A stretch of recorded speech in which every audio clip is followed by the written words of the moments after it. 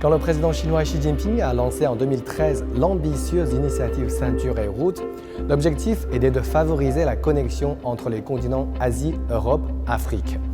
Mais précisément, les interconnecter en quoi? L'idée s'est clarifiée au fil du temps, touchant désormais à la politique, aux infrastructures, au commerce, à la finance et au peuple.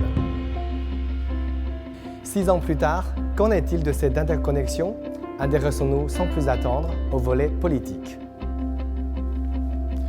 Le progrès le plus marquant en matière politique, c'est d'abord le nombre de pays et d'organisations internationales qui soutiennent cette initiative. À l'heure actuelle, 124 pays ont signé des documents de coopération portant sur cette initiative, dont l'Italie tout récemment, le premier pays du G7 à s'y connecter. Et il couvre l'Asie, l'Afrique, l'Europe, l'Amérique latine et le Pacifique Sud. Nombre d'entre eux procèdent activement à une connexion de leur stratégie de développement à l'initiative Ceinture et Route. Elle fait dorénavant corps avec le plan Juncker de l'UE, l'Union économique eurasienne de la Russie, la route du développement de la Mongolie, la route des Lumières du Kazakhstan ou encore la route de l'Ambre de la Pologne.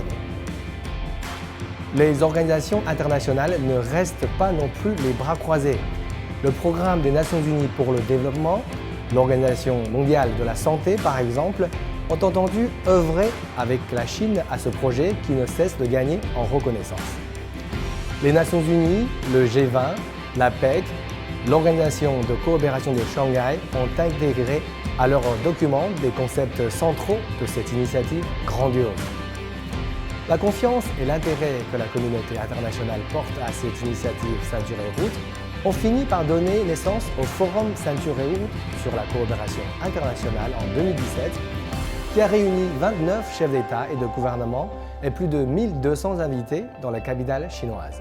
Ce forum, qui accueille cette année sa 2e édition, est en train de devenir une plateforme unique pour la coordination politique entre les pays concernés.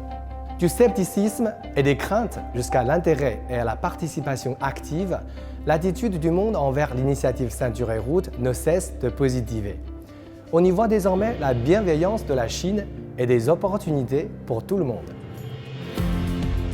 Comme l'a dit le président Xi Jinping, les grandes lignes de l'initiative Ceinture et Route ont été esquissées.